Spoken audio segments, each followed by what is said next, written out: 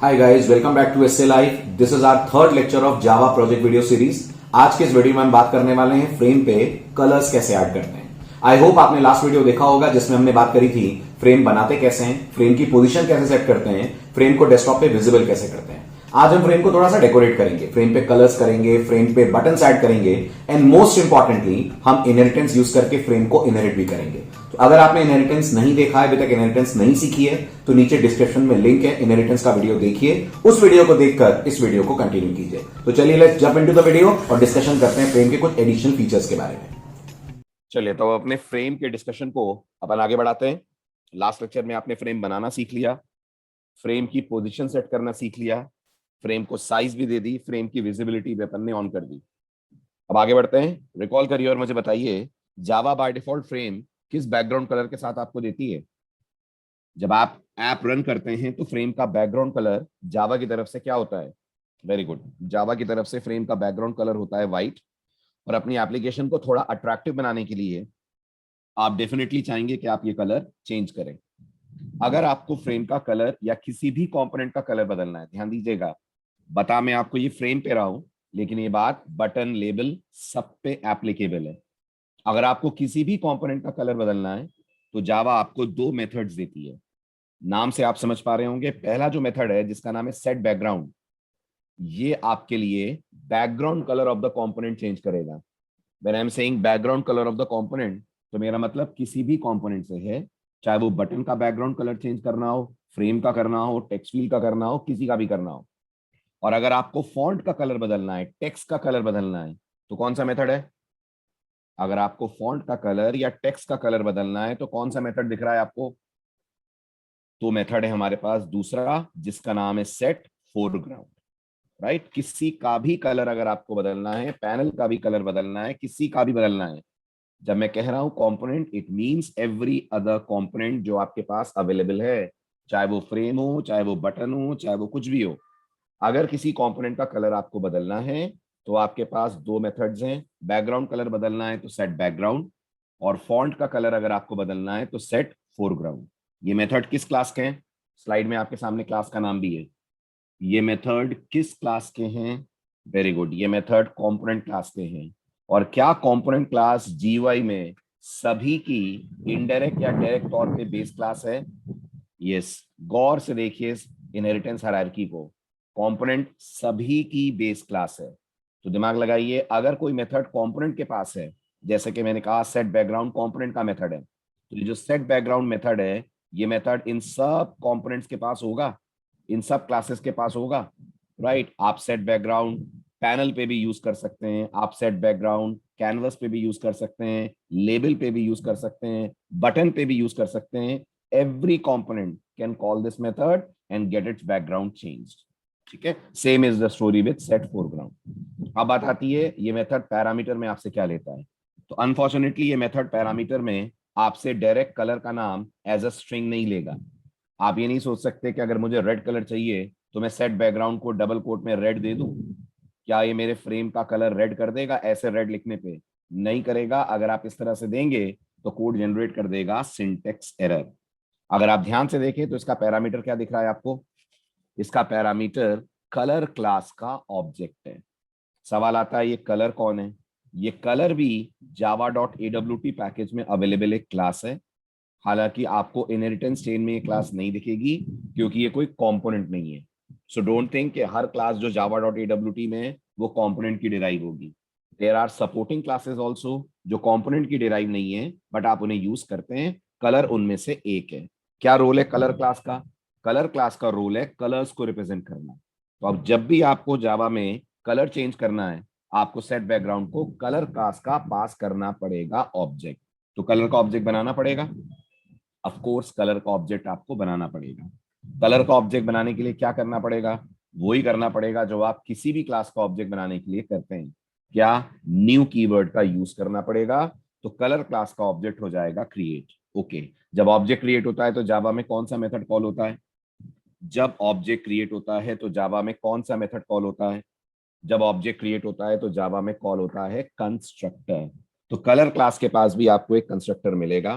Constructor आपसे parameter में तीन इंटीजर वैल्यूज लेता है। और ये तीन इंटीजर वैल्यूज डिनोट करती हैं रेड, ग्रीन और ब्लू कलर की इंटेंसिटीज को। अगर आप कंप्यूटर ग्राफिक्स जानते हो, थोड़ा बहुत कंप्यूटर साइंस को समझते हो, तो कंप्यूटर्स में जितने भी कलर्स जनरेट होते हैं वो इन्हीं तीन कलर के कॉम्बिनेशन से जनरेट होते हैं। इसलिए इन तीन कलर को कंप्यूटर्स में क्या बुलाते हैं?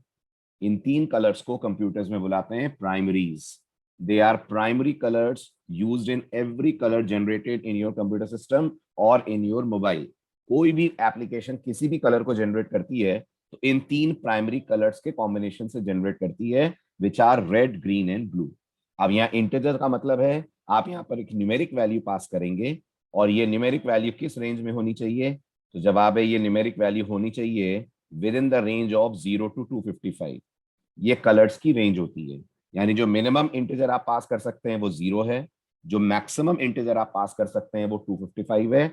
अगर आपको लगता है सर मैक्सिमम और मिनिमम से होगा क्या, जो वैल्यू जितनी बड़ी होगी वो कलर कंपोनेंट का कॉम्बिनेशन या उस कलर कंपोनेंट का यूज उस कलर में उतना ज्यादा होगा। फॉर एग्जाम्पल, अगर मैंने पास करा 255,0,0, अगर मैंने ऐसे कहा तो मैं जावा से मांग रहा हूं रेड कलर। मैं जावा को बोल रहा हूं रेड को मैक्सिमम कर दो, ग्रीन और ब्लू की कलर इंटेंसिटी को 0 कर दो। अगर इसी तरह से मैंने पास करा 0,0,255, तो मैं जावा से ब्लू कलर मांग रहा हूं। जावा को मैं कह रहा हूं रेड और ग्रीन की इंटेंसिटी 0 कर दो और ब्लू को 255 पे ले जाओ। अगर मैंने पास करा 255,255,255, तीनों ही 255 पास करें, तो जावा मुझे व्हाइट कलर बना कर देगी। अगर तीनों मैक्सिमम इंटेंसिटी पे हो गए तो आई गेट अ व्हाइट कलर। 0 0 0 पास करा तो आई गेट अ ब्लैक कलर। अगर मैंने रेड और ग्रीन की इंटेंसिटीज पास करी 255 ब्लू को कर दिया 0, I get a yellow colour. This is going to give me a yellow colour. ऐसे आप देख सकते हैं किस कॉम्बिनेशन से आपको कौन सा कलर मिलेगा, लेकिन आप इस रेंज के बाहर नहीं जा सकते। आप ये नहीं कह सकते कैन आई पास 256 और कैन आई पास 300। अगर ऐसा कुछ आपने करा तो जावा थ्रो कर देगी एक्सेप्शन। हालांकि वो एक्सेप्शन अनचेक्ड है, इसलिए आपको दिख नहीं रहा है कि एक्सेप्शन आएगी, बट जब आप कोड लिखते वक्त ऐसा करेंगे तो आप देखेंगे जावा थ्रो करेगी इलीगल आर्ग्यूमेंट एक्सेप्शन। बताइए क्या नाम लिया मैंने? आप में से बहुतों ने इस एक्सेप्शन का नाम पहली बार सुना होगा जावा में। एक्सेप्शन का नाम है इलीगल आर्ग्यूमेंट एक्सेप्शन। राइट? कब आती है एक्सेप्शन? ये एक्सेप्शन तब आती है जब जावा में हम किसी मेथड को रेंज से बड़ी वैल्यू पास करते हैं। तो अगर आप कलर के कंस्ट्रक्टर को 255 से बड़ी वैल्यू पास करेंगे तो वो थ्रो करेगा इलीगल आर्ग्यूमेंट एक्सेप्शन। आ रही है बात समझ? आगे बढ़ूं? चलिए, now based on this let's develop a very simple application. In fact, let's improvise our previous application. जो हमारी लास्ट एप्लीकेशन थी मैं उसी को रीराइट करता हूं with a little bit change this time, and this time we are going to change the background colour. चलिए, तो मैं ऑनलाइन GUI2 हमारा लास्ट लेक्चर का प्रोजेक्ट ओपन कर रहा हूं। Right, this is example 2। I am creating example 3। So this is our third example. Example 3 के अंदर एज यूजुअल मैं एग्जाम्पल 2 के कंटेंट्स कॉपी करता हूं with a slight change.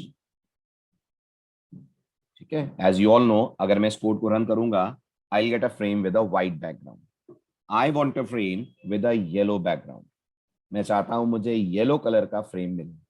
So just before making the frame visible, इससे पहले कि आप फ्रेम को विजिबल करें, आपको कॉल करना होगा सेट बैकग्राउंड मेथड। लेकिन सेट बैकग्राउंड खुद क्या लेगा आपसे आर्गुमेंट में, जल्दी बताएं? सेट बैकग्राउंड खुद आपसे आर्गुमेंट में कलर का ऑब्जेक्ट लेगा। तो कलर का ऑब्जेक्ट बनाना हमारा पहला स्टेप होगा। यस, कलर का ऑब्जेक्ट बनाना आपका पहला स्टेप होगा। तो मैंने कहा colour C1 is equal to new colour, और पैरेंथेसिस में पास करने पड़ेंगे मुझे येलो से रिलेटेड पैरामीटर। अगर येलो कलर चाहिए so will be giving 255 as first two values and 0 as the third one. What will this line do? ये line क्या करेगी? This line will create a colour object जो intensities represent करेगा 255 255 0, जो actual में होगा yellow colour. Okay, इस object के बनते ही येलो कलर अप्लाई हो जाएगा फ्रेम पे? नहीं, इस ऑब्जेक्ट के बनते ही कलर अप्लाई नहीं होगा। अभी तो ऑब्जेक्ट बना है। कलर अप्लाई होगा जब आप कॉल करेंगे सेट बैकग्राउंड। खाली कलर ऑब्जेक्ट बनाने से थोड़ी ना कलर अप्लाई हो जाता है। लगाइए कॉमन सेंस। क्या कलर ऑब्जेक्ट का बनना फ्रेम को चेंज कर देगा? No, not at all. Right. इसको देखने के लिए अपन इसको रन करते हैं। सबसे पहले फिक्स इंपोर्ट कर लें कलर के लिए। कलर क्लास कौन से पैकेज से आ रही है? कलर क्लास भी आ रही है फ्रॉम द पैकेज java.awt। तो आप इसका भी इंपोर्ट स्टेटमेंट नेटबीन से जनरेट करवा दें। और अब आप अगर इस कोड को रन करेंगे, कोई फर्क ही आपको इसमें और पिछले कोड में नजर नहीं आएगा। कलर चेंज हुआ? नहीं हुआ, जबकि आपने तो कलर ऑब्जेक्ट बना दिया था। तो कलर ऑब्जेक्ट बनाने से कलर चेंज नहीं होता है। अगर आपको कलर चेंज करना है तो after creating the colour object आप कॉल करेंगे set background method. Set background method किसके पास है? जवाब है सेट बैकग्राउंड मेथड फ्रेम के पास है। तो कौन कॉल करेगा सेट बैकग्राउंड को? फ्रेम का ऑब्जेक्ट कॉल करेगा। क्या लिखेंगे? आप लिखेंगे fr डॉट सेट बैकग्राउंड और पैरामीटर में क्या पास करेंगे?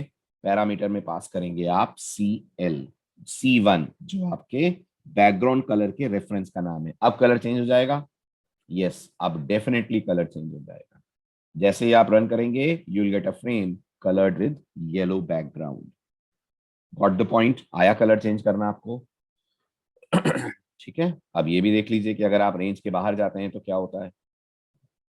सर सेट विजिबल के बाद कलर चेंज नहीं कर सकते? बिल्कुल कर सकते हैं विवेक, बट जनरली सेट विजिबल आपका लास्ट कॉल होना चाहिए, ऐसा मानते हैं। बाकी आप कर सकते हैं, कोई इशू नहीं है। ठीक है। अब अगर मैंने यहाँ 255 की जगह 300 कर दिया, बाय मिस्टेक मुझे रेंज याद नहीं रही और मैंने 300 कर दिया। अब जैसे ही मैं इसको रन करूंगा, आप नोटिस करिए my code is going to throw exception. Exception का नाम दिख रहा है आपको? Right, illegal argument exception. And as we know, जब एक्सेप्शन आती है तो जावा कोड किल कर देती है। यस, जब एक्सेप्शन आती है तो जावा कोड टर्मिनेट कर देती है। वही हमारी कोड के साथ हुआ। एक्सेप्शन आई इस पर्टिकुलर लाइन पे, आगे की 2 लाइनें भी जावा ने चलाना जरूरी नहीं समझा। राइट, इसलिए आपकी जो वैल्यूज हैं वो इस रेंज को क्रॉस नहीं करनी चाहिए। शैल आई प्रोसीड फर्दर? आगे बढ़ें। चलिए अब एक और इंपॉर्टेंट बात सुनिए, बहुत इंपॉर्टेंट बात, क्योंकि आप प्रोजेक्ट की तरफ बढ़ रहे हैं तो आप चाहेंगे आपका कोड थोड़ा एफिशिएंट हो, आपका कोड थोड़ा सा बेटर हो। ध्यान से सुनिएगा मेरी बात। आपका कोड एफिशिएंट या बेटर हो, ठीक, ध्यान से दीजिए। जावा में ये बताइए, जो लाइन आपने लिखी है colour C1 equal to new colour, ये लाइन क्या कर रही है? Everyone please respond. ये लाइन कलर क्लास का ऑब्जेक्ट बना रही है। मेरी बात बहुत ध्यान से सुनना, बहुत ध्यान से, है ना। मैं पढ़ाते वक्त ये चीजें आपको नहीं बताता हूँ, लेकिन अब प्रोजेक्ट में बताना बहुत जरूरी है।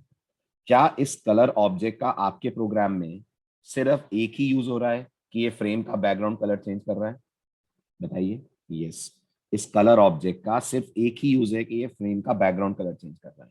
हाँ बिल्कुल ठीक है, अभी तो एक ही यूज है, मैं अभी की ही बात कर रहा हूँ। क्या इस पर्टिकुलर यूज के अलावा ये कलर फिलहाल कहीं और यूज नहीं हो रहा? कहीं और यूज नहीं हो रहा, मतलब बस ये एक काम के लिए बना है कि फ्रेम का बैकग्राउंड कलर चेंज करे, करेक्ट है ना। लेकिन आपने इस काम के लिए एक रेफरेंस भी बनाया है और एक ऑब्जेक्ट भी बनाया है, 2 चीजें बनाई है, बनाइए। दूसरी बात, आप मानते हैं अगर इस पर्टिकुलर मेन मेथड के अंदर 100 लाइंस होती, अगर इस मेन मेथड के अंदर 100 लाइंस होती, तो जब तक ये 100 लाइंस खत्म नहीं हो जाती ये कलर ऑब्जेक्ट डिस्ट्रॉय नहीं होता, ये कलर C1 मेमोरी के अंदर बना रहता। राइट। तो जावा आपको एक सलाह देती है, क्यों ना आप इस ऑब्जेक्ट को डायरेक्टली सेट बैकग्राउंड में पास कर दें, डायरेक्टली सेट बैकग्राउंड में पास कर दें। यानी बजाय इसके कि आप कहें colour C1 equal to new colour and so and so and so, इस लाइन को यहां से हटाइए और जहां आपने C1 लिखा है वहां सीधे लिख दीजिए आप न्यू कलर और यहां लिख दीजिए 255,0,0। अगर कोई आपसे इंटरव्यू में पूछेगा ये तुमने क्या करा, न्यू कलर 255,0,0, इसे जावा की दुनिया में बोलते हैं एनोनिमस ऑब्जेक्ट। क्या बोलते हैं इसे जावा की दुनिया में? इसे जावा की दुनिया में बुलाया जाता है anonymous object. Why anonymous? Anonymous का मतलब तो जानते ही होंगे, एनोनिमस मतलब जिसका कोई नाम नहीं होता। राइट। तो आपने इस कलर ऑब्जेक्ट का कोई रेफरेंस नहीं बनाया ना? यस, आपने इसका कोई रेफरेंस नहीं बनाया, तो ये बस इसी लाइन पे क्रिएट होगा। यस, ये इसी लाइन पे क्रिएट होगा, अपना काम करेगा और जावा इसको हटा देगी। In other words, yes, interview में प्रोजेक्ट से रिलेटेड आपसे कुछ भी पूछ लेंगे, कोडिंग नहीं देखेंगे वो, लेकिन वो आपसे पूछ तो लेंगे ना। अगर उनको कोड नहीं भी दिखाया, नहीं भी देखा उन्होंने, तो वो अपनी तरफ से पूछेंगे आपसे चीजें। ठीक है। यस बिल्कुल, ये हमने फाइल लैंडिंग में भी किया था और ये बहुत जगह हमें करना चाहिए। अब आपको ये पर्टिकुलर चीज सुनकर पहली बात तो समझ में आना चाहिए इसका फायदा क्या है। इसका फायदा ये है कि आपने जबरदस्ती कलर ऑब्जेक्ट को मेमोरी में रोक के नहीं रखा है। आपने कलर ऑब्जेक्ट को सेट बैकग्राउंड को पास करा, उसने अपना काम करा और जावा इस ऑब्जेक्ट को फ्री कर देगी। मानते हैं? जावा इस ऑब्जेक्ट को फ्री कर देगी, काम खत्म हो जाएगा, इस ऑब्जेक्ट का अब कोई यूज नहीं है इसका। तो गार्बेज कलेक्टर से कलेक्ट करके ले जाएगा। यस, गार्बेज कलेक्टर से कलेक्ट करके ले जाएगा क्योंकि अपना काम कर चुका है, कलर चेंज कर चुका है। अब आपको अगर ये बात समझ में आई है तो आपको एक बहुत बड़ा इंप्रूवमेंट नजर आएगा जो आप स्कैनर क्लास के साथ कर सकते हैं। याद कीजिए, आप कितनी ही बार अपने प्रोग्राम में स्कैनर का ऑब्जेक्ट बनाते हैं by writing scanner k b equal to new scanner बनाते हैं, राइट, और यहाँ सिस्टम डॉट इन लिखते हैं। अब रिकॉल करिए, आपको यूजर से सिर्फ एक इंटीजर लेना है। सिर्फ एक इंटीजर लेने के लिए आप ये पूरा ऑब्जेक्ट क्रिएट करते हैं। फिर आपको याद होगा, आप लिखते हैं integer a is equal to k b dot next int, है ना। इसके बाद मान लीजिए आपका प्रोजेक्ट, आपका प्रोग्राम यूजर से इनपुट ले ही नहीं रहा, फिर भी ये स्कैनर ऑब्जेक्ट मेमोरी में रखा रहता है, फिर भी ये स्कैनर ऑब्जेक्ट मेमोरी में बैठा रहता है। This is bad programming, this is bad programming. आप अननेसेसरी उस ऑब्जेक्ट को मेमोरी में रोक कर रखे हुए हैं जिसका इस लाइन के बाद कोई यूटिलाइजेशन नहीं है। सही बात बोल रहा हूं मैं? जिसका इस लाइन के बाद कोई यूटिलाइजेशन नहीं है। तो क्या हम इसको इंप्रूव नहीं कर सकते? और वैसे भी आप मानते हैं जावा में ऑब्जेक्ट्स बहुत हैवी होते हैं, बहुत मेमोरी लेते हैं क्योंकि उसके अंदर बहुत सारा डेटा होता है। आपको थोड़ी पता है स्कैनर क्लास के अंदर क्या क्या है। 70-80 बाइट्स के आसपास का ये ऑब्जेक्ट है। जब स्कैनर क्लास का ऑब्जेक्ट बनता होगा तो क्या मतलब है उस 80-70 बाइट्स को जबरदस्ती आप कंज्यूम कर रहे हैं? तो क्या इस कोड को इम्प्रोवाइज करा जा सकता है? यस, इस 2 लाइन को एक लाइन में कन्वर्ट करा जा सकता है। वो कैसे? वो कुछ ऐसे, आप लिखें int a is equal to, और जहां आपने के बी लिखा है, के बी की जगह क्या लिख दें? के बी की जगह सीधे लिख दें आप न्यू स्कैनर, पैरेंथेसिस में लिख दें आप सिस्टम डॉट इन, और यहां लगाएं डॉट, और डॉट के साथ लिख दें नेक्स्ट आईएनटी। आप चाहें तो इस पूरे को पैरेंथेसिस में ले लें और फिर डॉट, और डॉट के बाद लिख दें आप नेक्स्ट आईएनटी। तो अब आप अगर मेरी बात समझ पा रहे हैं तो स्कैनर ऑब्जेक्ट यहीं बनकर यहीं डिस्ट्रॉय हो जाएगा। यस, स्कैनर ऑब्जेक्ट यहीं बनकर यहीं डिस्ट्रॉय हो जाएगा। ऐसी बहुत सारी जरूरी बातें आपको जावा के इंटरव्यू बैच में पता चलेंगी। उसे जरूर जरूर जरूर ज्वाइन कीजिएगा, वो आपके स्किल्स को बहुत अपग्रेड करेगा। जावा पढ़ना अलग बात है, जावा में अच्छे से कोड करना, एलिगेंट कोडिंग करना, एफिशिएंट कोडिंग करना, दैट्स अ डिफरेंट स्टोरी। सो एक ग्लिम्स था, ये छोटी छोटी चीजें होती हैं जो आपसे इंटरव्यू में पूछी जाएंगी, जो आपके कोड को अपग्रेड करने में आपकी हेल्प करेंगी। तो ये ऑब्जेक्ट यही बना, अपना काम करा और खत्म हो गया। और ये ऑब्जेक्ट क्या कहलाएगा?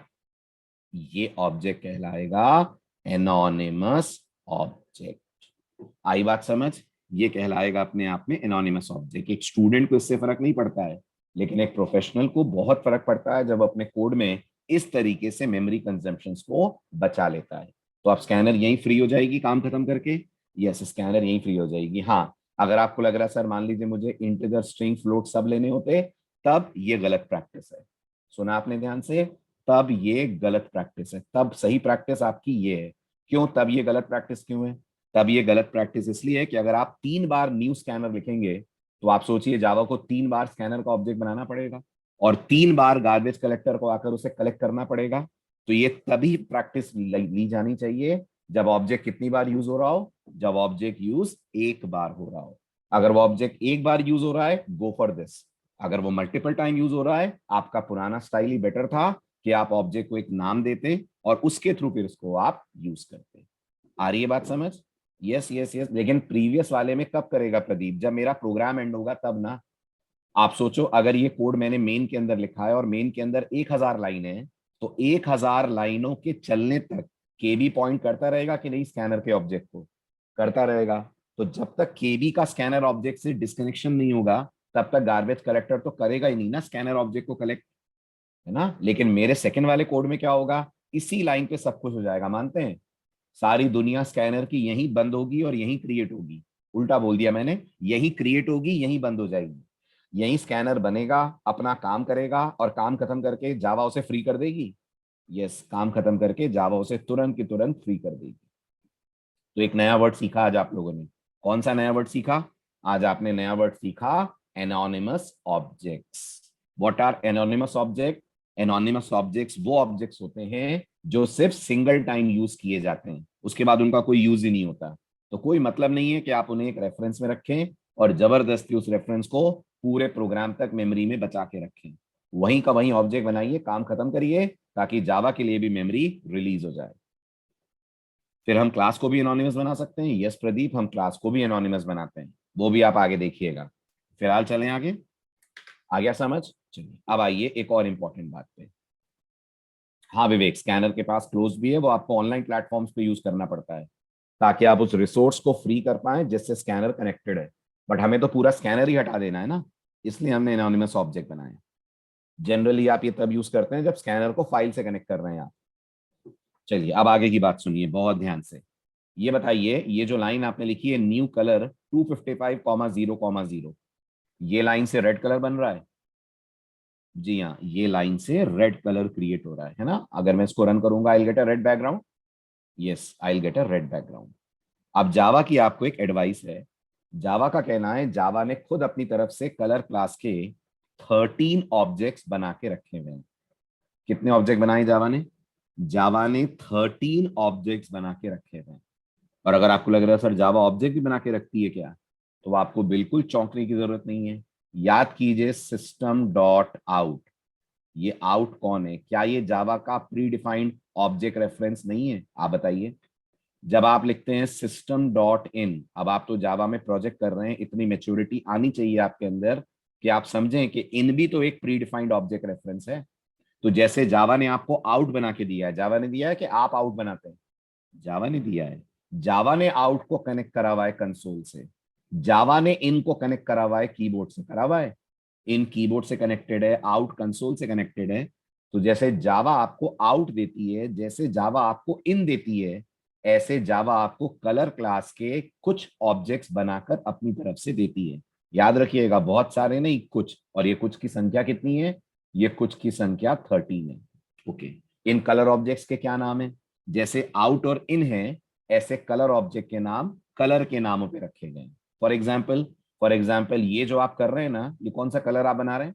ये आप रेड कलर बना रहे हैं। तो जावा के पास एक रेड नाम का ऑब्जेक्ट भी है, जावा के पास एक ब्लू नाम का ऑब्जेक्ट भी है, जावा के पास एक ग्रीन नाम का ऑब्जेक्ट भी है। ऐसे कितने हैं?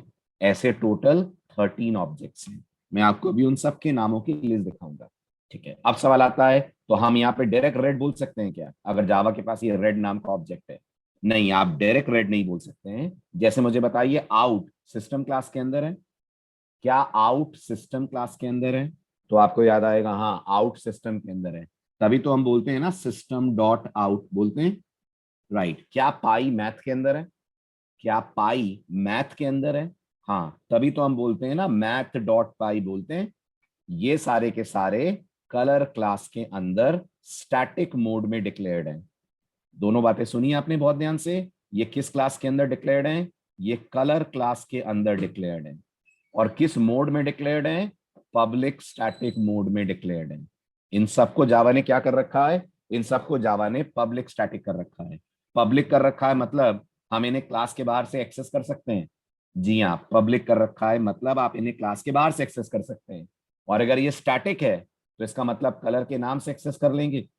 यस, स्टैटिक है तो आप कलर के नाम से एक्सेस कर लेंगे। जैसे पाई स्टैटिक है तो आप मैट डॉट पाई बोल पाते हैं, पाई स्टैटिक है तो आप मैट डॉट पाई बोल पाते हैं, वेरी गुड। ऐसे ही अब आप बोल पाएंगे colour dot red, colour dot blue, colour dot green and so on.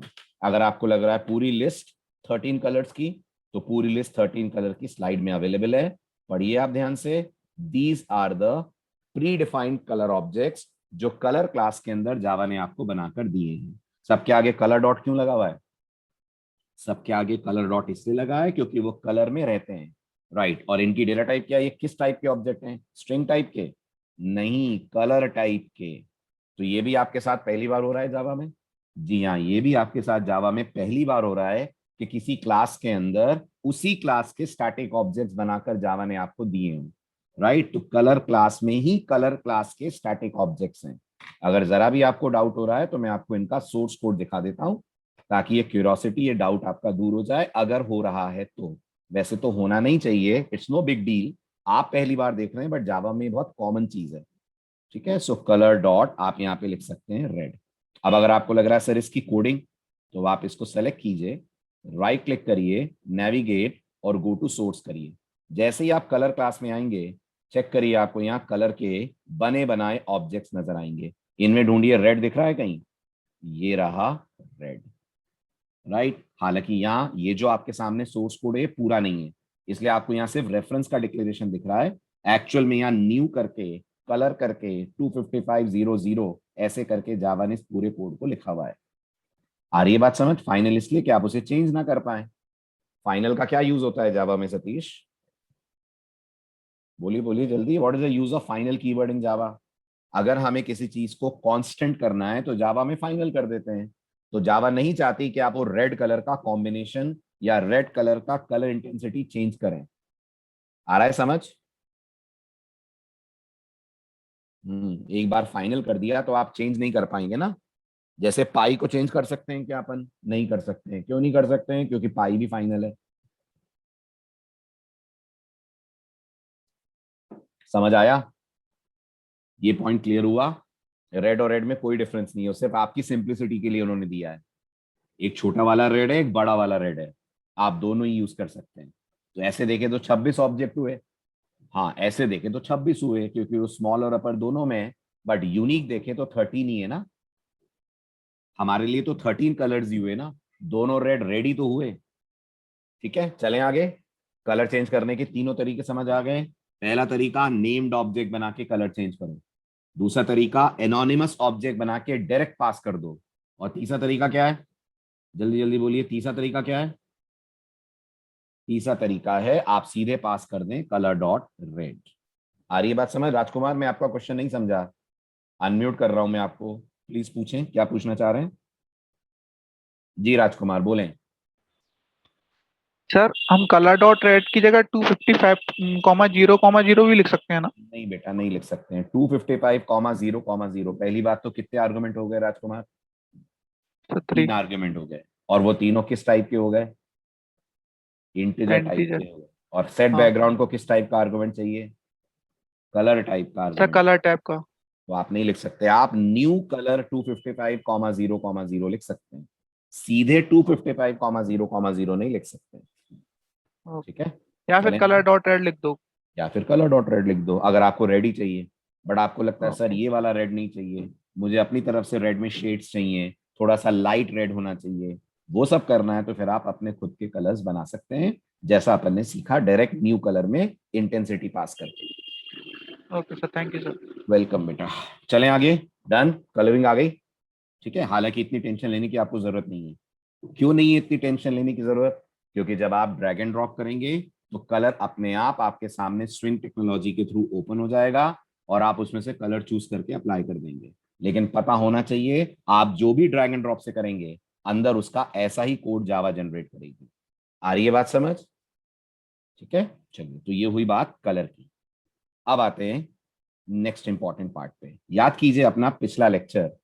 जावा में फ्रेम यूज करने के या फ्रेम का ऑब्जेक्ट बनाने के कितने तरीके बताए थे मैंने आपको? दो तरीके बताए थे। हमारा पहला वाला तरीका कंप्लीट कर लिया आपने, उसके 3 एग्जाम्पल बहुत है। ठीक है, 3 से ज्यादा करा नहीं रहा हूं क्योंकि हमें इस तरीके पे जाना ही नहीं है। दूसरा तरीका फ्रेम ऑब्जेक्ट बनाने का ये था कि आप फ्रेम क्लास की इनहेरिटेंस करें। क्या ये जावा में प्रिफर्ड प्रैक्टिस है, रिकमेंडेड प्रैक्टिस है? यस, ये जावा में रिकमेंडेड प्रैक्टिस है। जावा सलाह देती है कि आप इस तरीके को यूज करें, इससे आपका ज्यादा बेहतर कंट्रोल फ्रेम और फ्रेम के बिहेवियर पे होगा।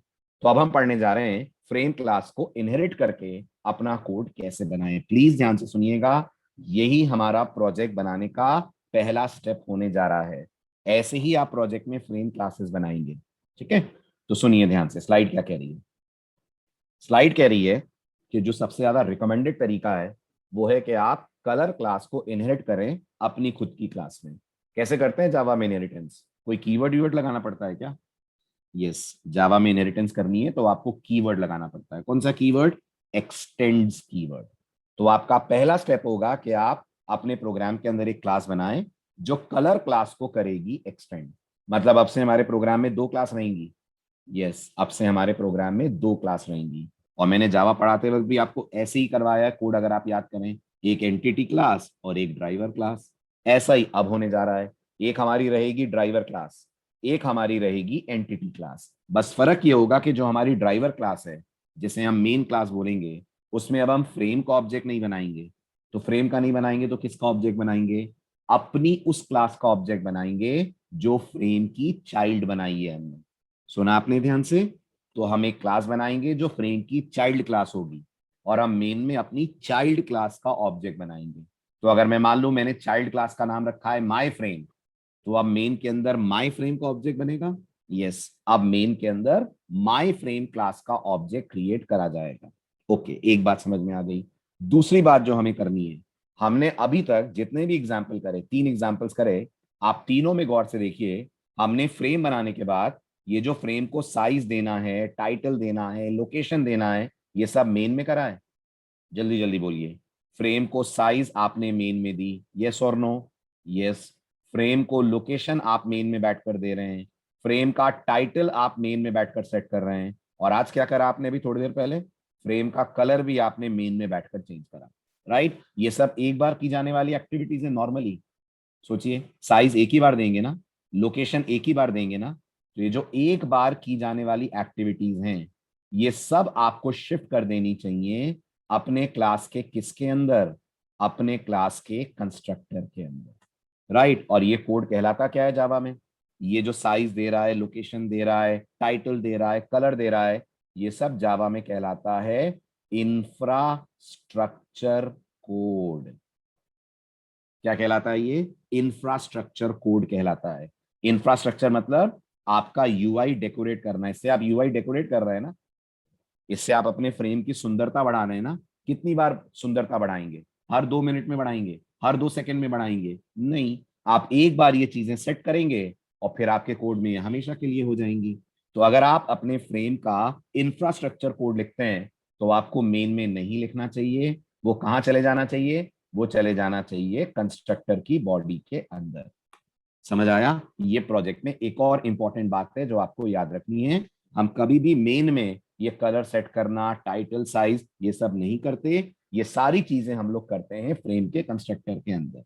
अगर आपको लग रहा है ऐसा क्यों, कोई खास कारण, तो मैं बताता हूं इसका खास कारण क्या है। क्या ऐसा हो सकता है कि एक प्रोजेक्ट में मल्टीपल फ्रेम्स हो? आप बताइए। बिल्कुल हो सकता है। भूलिए मत, अभी आपको नोटपैड दिखाया था मैंने। याद करिए, जो नोटपैड की विंडो है, क्या ये अपने आप में फ्रेम नहीं है? यस, ये अपने आप में एक फ्रेम है। इसमें मैं फॉन्ट वाला ऑप्शन खोलता हूं तो वो अपने आप में एक और फ्रेम है। यस, वो अपने आप में एक और फ्रेम है। नोटिस करिए। तो जब ये सब अपने आप में एक फ्रेम है, तो क्या आप चाहेंगे सबके लिए आप अलग अलग कोड लिखें मेन में बैठकर? नहीं, अक्लमंदी तो ये होगी ना, अपन इंफ्रास्ट्रक्चर कोड लिख दें कंस्ट्रक्टर में, यहां बस उतने हम बना लें जरूरत के मुताबिक ऑब्जेक्ट्स। समझ आया आपको? इसलिए बेहतर है हम इंफ्रास्ट्रक्चर कोड शिफ्ट कर दें कंस्ट्रक्टर में। क्या ये रिकमेंडेड प्रैक्टिस है? यस, ये इंडस्ट्री की रिकमेंडेड प्रैक्टिस है। कैसे पता? आप देखिएगा, जब मैं नेटबीन्स से ड्रैग एंड ड्रॉप करके फ्रेम बनवाऊंगा, तो नेटबीन्स भी ऐसा नहीं, it's not mandatory Rajkumar, but it is recommended. It is recommended. जैसे आप मुझे बताओ, जब जावा में हम अपनी क्लास बनाते हैं, जब जावा में हम अपनी क्लास बनाते हैं और क्लास के अंदर कोई मेथड बनाते हैं, और मेथड का नाम थोड़ा सा बड़ा है, तो क्या हमें कैमल नोटेशन फॉलो करना चाहिए? फॉर एग्जाम्पल, अगर मेरे पास एक सर्कल नाम की क्लास है, इमेजिन करिए मैं सर्कल नाम की क्लास बना रहा हूं, और मुझे इस सर्कल नाम की क्लास के अंदर एक एरिया निकालने का मेथड बनाना है।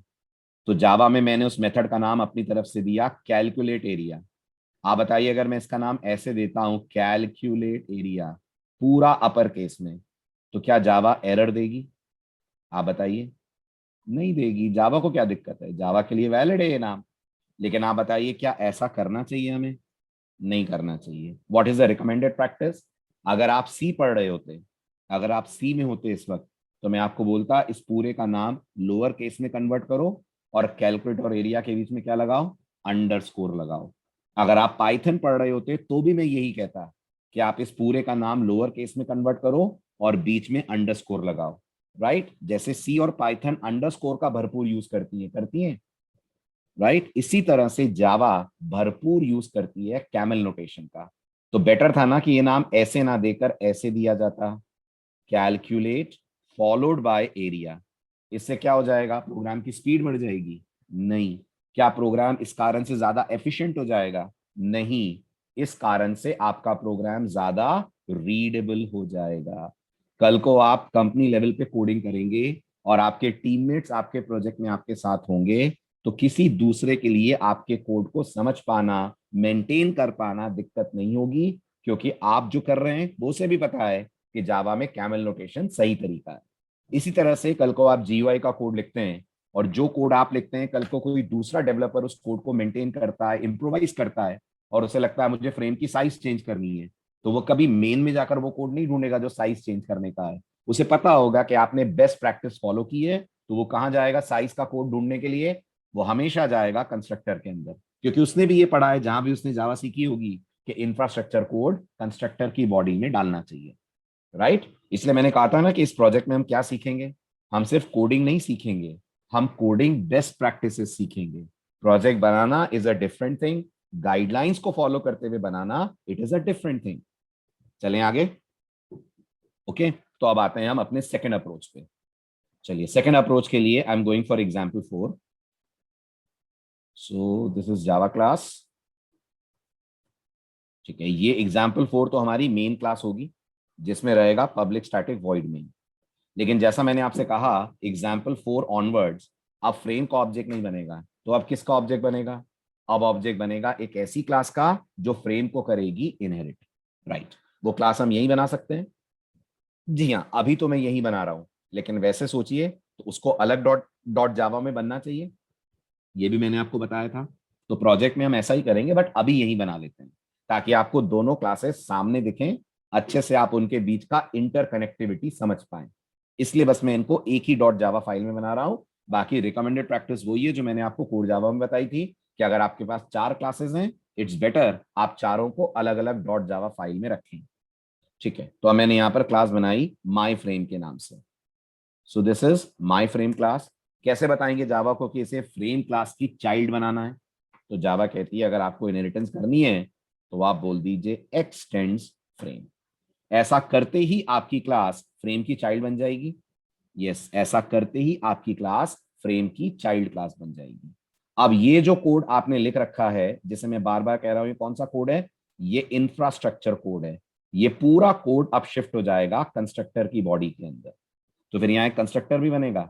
यस, यहाँ पर एक कंस्ट्रक्टर भी बनेगा। कैसे बनेगा? बनेगा पब्लिक माई फ्रेम के नाम से। ओके, तो ये कंस्ट्रक्टर बन गया। कंस्ट्रक्टर की बॉडी के अंदर अब आप जो यहां लिखते थे वो यहां शिफ्ट हो जाएगा। तो मैं आपको याद दिलाता हूं आपका फर्स्ट एग्जाम्पल। सेकेंड एग्जाम्पल से लेते हैं। आपने सेकेंड एग्जाम्पल में लिखा था fr dot set title str। ये जो आपने fr dot set title str लिखा हुआ है, let me close all other applications. ये जो आपने लिखा हुआ है fr dot set title str, ये अब आ जाएगा इस कंस्ट्रक्टर की बॉडी में। बट यहाँ fr तो है ही नहीं, तो आपको fr चाहिए भी नहीं। याद करके बताइए, जो सेट टाइटल मेथड आप कॉल कर रहे थे ये फ्रेम का मेथड है? जी, ये फ्रेम का मेथड है। क्या अब आप फ्रेम की चाइल्ड क्लास की बॉडी के अंदर हैं? यस, अब आप फ्रेम की चाइल्ड क्लास की बॉडी के अंदर हैं। और आपने अगर इनहेरिटेंस जावा में पढ़ी है तो आपको मैं याद दिला दूं, अगर मेरे पास एक ए नाम की क्लास है और ए नाम की क्लास के पास शो नाम का एक मेथड है, और ए क्लास की मैंने चाइल्ड क्लास बना रखी है बी, और मैं आपसे कहता हूं क्या हम बी के अंदर से शो को कॉल कर सकते हैं? क्या हम बी के मेथड की बॉडी से, मान लीजिए बी में एक डिस्प्ले नाम का मेथड है, क्या हम इस डिस्प्ले नाम के मेथड के अंदर से शो नाम के मेथड को कॉल कर सकते हैं जो ए का शो है? तो आपका जवाब होगा बिल्कुल कर सकते हैं। कितनी तरह से कर सकते हैं? तो आप याद कीजिए, 3 तरह से कर सकते हैं। 3 तरह से कर सकते हैं। पहला तरीका क्या है? पहला तरीका है आप लिख दें शो लाइक दिस। अब यहां पर डॉट की कोई जरूरत नहीं है, नहीं, यहां पर डॉट की कोई जरूरत नहीं है, क्योंकि आप क्लास के मेथड के अंदर से क्लास का दूसरा मेथड कॉल कर रहे हैं। ओके, अगर हमें डॉट लगाने की इच्छा हो तो, अगर हम चाहते हैं नहीं हमें तो यहाँ डॉट चाहिए, अगर आपको डॉट लगाना ही है तो सेकंड ऑप्शन है, आप यहाँ लिख सकते हैं सुपर डॉट शो। ये दूसरा तरीका है। और तीसरा तरीका क्या है? तीसरा तरीका है आप यहाँ लिख सकते हैं दिस डॉट शो। आप जैसे भी चाहें वैसे लिख सकते हैं, मैं भी डिटेल में नहीं जा रहा हूं इन तीनों में क्या फर्क है, वो आपने कोर जावा में पढ़ा ही होगा, राइट? अभी के लिए हम सिर्फ आते हैं शो वाले कॉल पे। अभी के लिए हम इस कॉल को दे देंगे। तो जैसे मैंने डिस्प्ले से शो ऐसे कॉल करा है, ऐसे आप अपने कंस्ट्रक्टर के अंदर से सीधे लिख देंगे सेट टाइटल और पैरेंथेसिस के अंदर आप लिख देंगे सचिन्स फ्रेम। ठीक है, अभी मैं इसमें डेट भी सेट करके आपको दिखाऊंगा। फिलहाल के लिए आप यहां लिख देंगे सचिन्स फ्रेम। अब अगर आपको लग रहा है सर ये किस ऑब्जेक्ट का टाइटल सेट हो रहा है, कैसे पता चल रहा है किस ऑब्जेक्ट के लिए कॉल हो रहा है, तो सेट टाइटल उसी ऑब्जेक्ट के लिए कॉल होगा जिस ऑब्जेक्ट के लिए कंस्ट्रक्टर कॉल होगा। और आप बुद्धि लगाइए, कंस्ट्रक्टर किसके लिए कॉल होगा, कंस्ट्रक्टर उस ऑब्जेक्ट के लिए कॉल होगा जो आप माई फ्रेम का मेन में बनाने वाले हैं। तो अगर मैंने कहा my frame m f equal to new my frame, तो क्या कंस्ट्रक्टर एम एफ के लिए चल रहा है? यस, कंस्ट्रक्टर एम एफ जिस ऑब्जेक्ट को पॉइंट कर रहा है उसके लिए चल रहा है। तो क्या ये उसी ऑब्जेक्ट का टाइटल सेट हो रहा है? जी हाँ, ये उसी ऑब्जेक्ट का टाइटल सेट हो रहा है जो आपने यहां पर क्रिएट करा है। इसी तरह से हम यहां कॉल कर लेंगे सेट बाउंड्स। ठीक है, सेट बाउंड्स भी एम एफ के लिए चल रहा है। जी हाँ, सेट बाउंड भी एम एफ के लिए चल रहा है। तो यहां हम लिख देंगे 50, 400, तो ये हमारे फ्रेम को बाउंड्रीज मिल गई, हमारे फ्रेम को साइज मिल गई। फिर हमें फ्रेम को विजिबल करना है, तो हम कह देंगे सेट विजिबल पैरेंथेसिस के अंदर ट्रू, तो फ्रेम हमारा विजिबल हो जाएगा। बस इतना कोड लिखने के बाद अब आप एप्लीकेशन को रन कीजिए। The moment you will run the application you will see the frame. कुछ आउटपुट में डिफरेंस दिख रहा है? नहीं दिख रहा है। देखकर पता चल रहा है कि ये माई फ्रेम का ऑब्जेक्ट है? नहीं पता चल रहा, क्योंकि इसका लुक एंड फील एग्जैक्टली वही है जो आप अभी तक फ्रेम के लिए करते आए थे।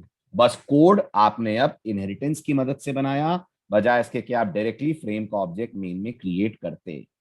ये भी बात समझ आई? ठीक है, ओके। अब मैं ये चाहता हूं मैं यहां से डेट पास करूं और वो डेट हमारे फ्रेम का टाइटल बने। मैं ये चाहता हूं मैं यहां से डेट पास करूं और वो डेट हमारे फ्रेम का टाइटल बने।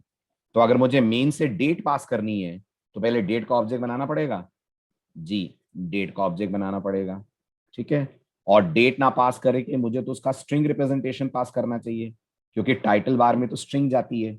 तो मैं यहां पास कर दूंगा डी डॉट टू स्ट्रिंग। लेकिन अगर मैं यहां से कुछ पास कर रहा हूं, तो आपने पढ़ा है जावा में कंस्ट्रक्टर को पैरामीटराइज बनाना पड़ेगा। यस, कंस्ट्रक्टर को बनाना पड़ेगा पैरामीटराइज्ड। अभी ये कंस्ट्रक्टर नॉन पैरामीटराइज्ड है। यस, अभी ये नॉन पैरामीटराइज्ड है, तो अभी नहीं चलेगा। नहीं, पहले ही आपको नेटबीन्स हिंट दे रहा है कि आप जिस तरह से कॉल कर रहे हैं क्लास में उसको सपोर्ट करने वाला कोई मैचिंग कंस्ट्रक्टर नहीं है। तो क्या करें, तो आप इस कंस्ट्रक्टर के पैरामीटर में लिखें स्ट्रिंग str और मे बी स्ट्रिंग टाइटल। थोड़ा सा रीजनेबल नाम दे दे रहा हूं, स्ट्रिंग टाइटल। अब ये टाइटल को हम यहां यूज कर सकते हैं सेट टाइटल में एज अ पैरामीटर। यस, अब हम टाइटल को सेट टाइटल में पास कर सकते हैं as an argument, and we'll get the same output कि हमारे फ्रेम पे आज का डेट और टाइम डिस्प्ले हो जाएगा ऑन द टाइटल बार। आया समझ? क्लियर हुआ? शाबाश, आगे बढ़ो। ठीक है, this is how we set the title. अच्छा, अब एक और बात याद करिए, फ्रेम क्लास के पास एक कंस्ट्रक्टर भी है ना जो आपसे पैरामीटर में टाइटल लेता है। टाइटल सेट करने के दो तरीके थे ना फ्रेम में, एक सेट टाइटल वाला तरीका था और एक तरीका था कि आप पैरामीटराइज कंस्ट्रक्टर यूज कर लें। तो अगर मैं आपसे कहता हूं यहाँ पे उस कंस्ट्रक्टर से टाइटल सेट नहीं करा सकते हैं जो फ्रेम के पास है, सेट टाइटल की जगह वो कंस्ट्रक्टर नहीं चला सकते अपन? तो बिल्कुल चला सकते हैं, और ये करने के लिए आपको लिखना पड़ेगा सुपर और पैरेंथेसिस में टाइटल। सुपर के जावा में कितने रोल होते हैं?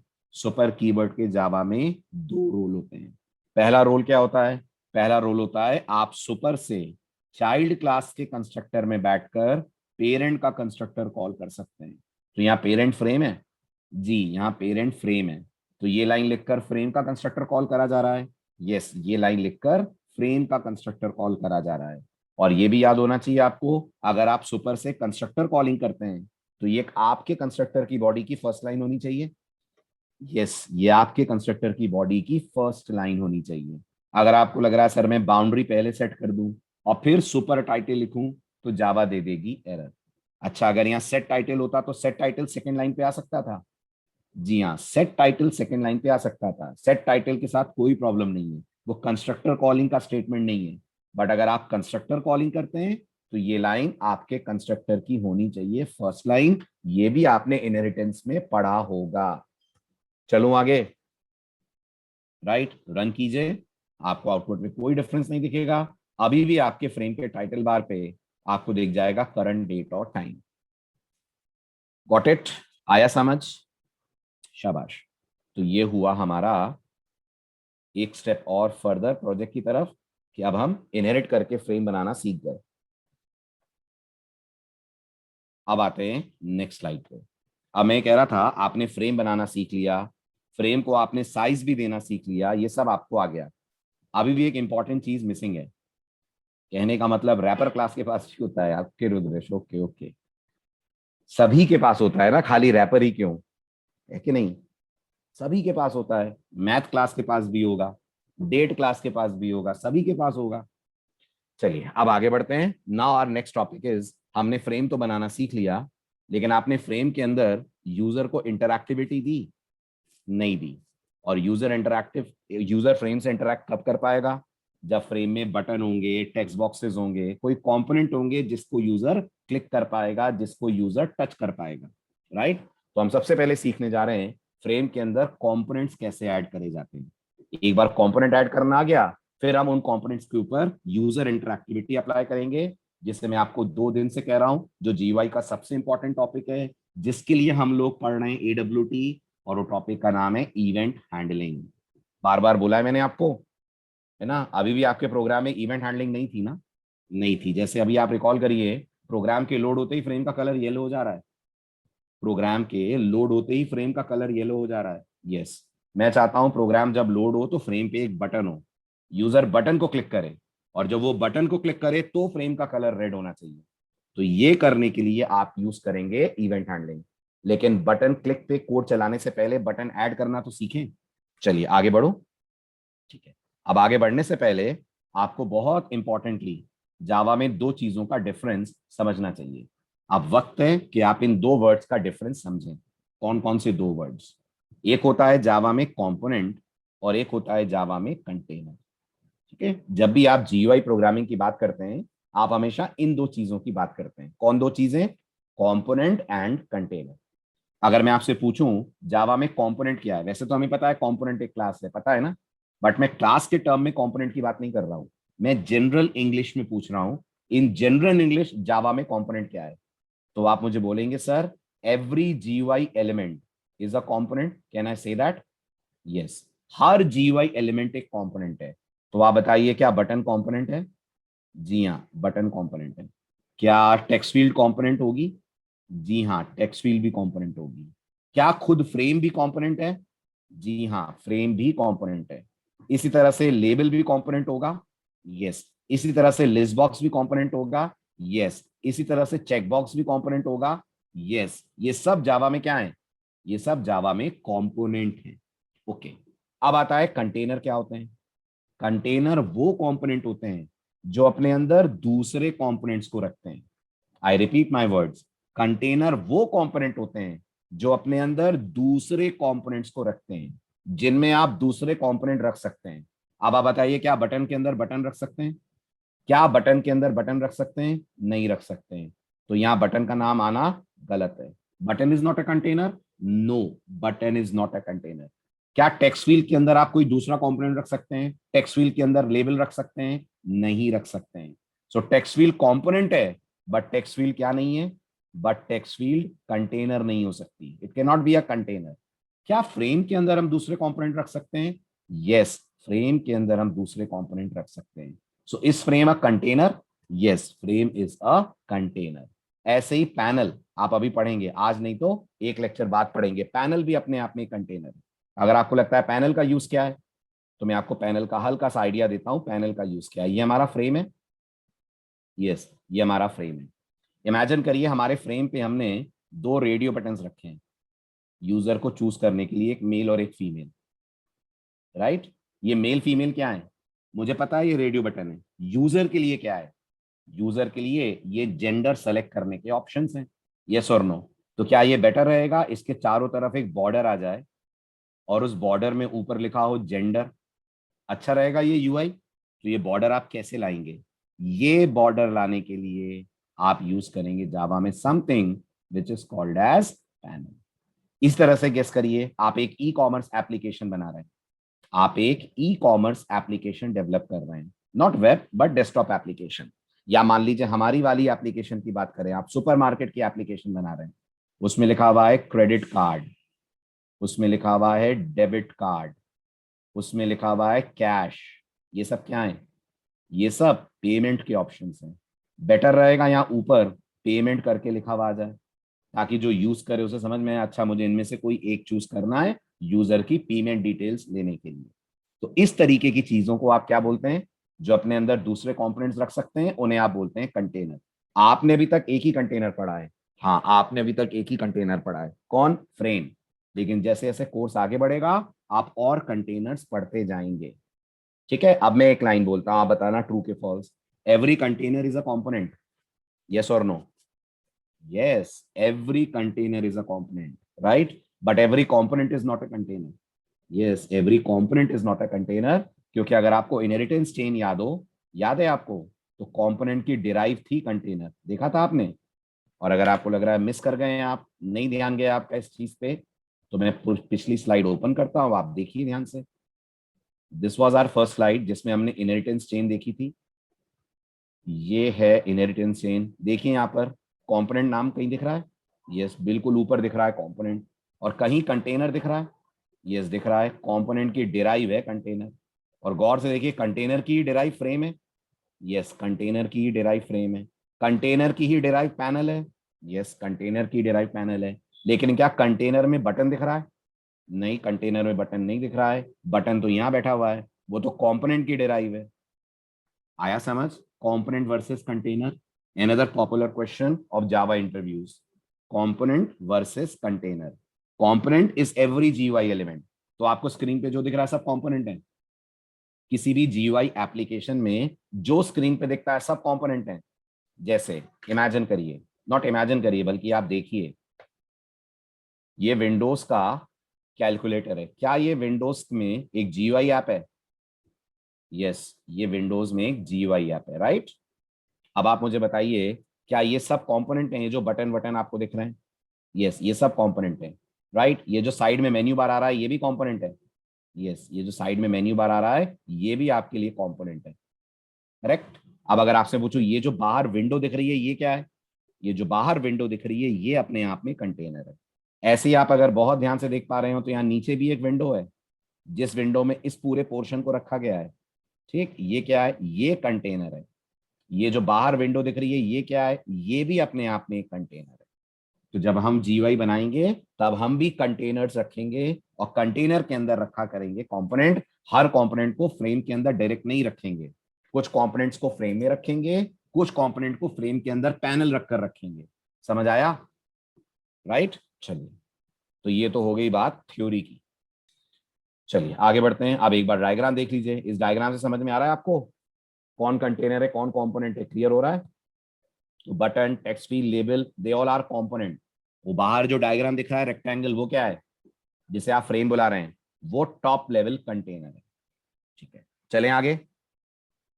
राइट, तो कंटेनर कंपोनेंट दोनों मैंने आपको समझा दिए। अब आते हैं सीधे AWT की अगली इंपॉर्टेंट क्लास पे, दैट इज बटन क्लास। अच्छा, AWT के अंदर हर ऑब्जेक्ट किसी क्लास से बनेगा। यस, AWT में बटन, लेबल, टेक्स्ट फील्ड ये सब क्लासेस के नाम है। तो फिर न्यू कर करके इनके ऑब्जेक्ट्स बनाने पड़ेंगे। यस, आपको न्यू करके इनके ऑब्जेक्ट्स बनाने पड़ेंगे। ऑब्जेक्ट बनाएंगे तो कंस्ट्रक्टर कॉल होगा। यस, ऑब्जेक्ट बनाएंगे तो कंस्ट्रक्टर कॉल होगा। सबसे पहले बात करते हैं बटन क्लास के बारे में। बटन बताने की जरूरत तो है नहीं, सभी जानते हैं बटन क्या होता है। एक रेक्टेंगुलर कंपोनेंट होता है जिसपे कुछ टेक्स्ट होता है और क्लिक करते हैं तो इवेंट फायर होता है। क्लिक करते हैं तो कुछ होता है प्रोग्राम में। जब बटन को क्लिक करा जाता है तो यस, कुछ ना कुछ तो प्रोग्राम में होता है जब बटन को यूजर करता है क्लिक।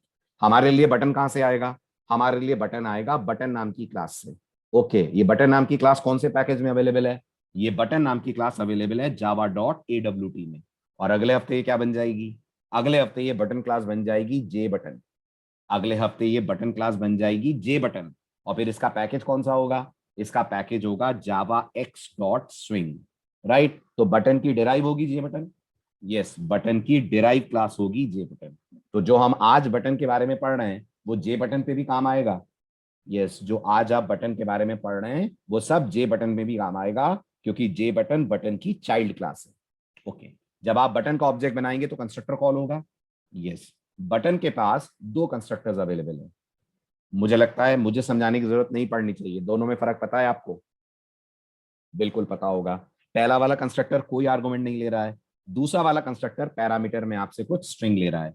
जो स्ट्रिंग आप देंगे उसे वो क्या करेगा?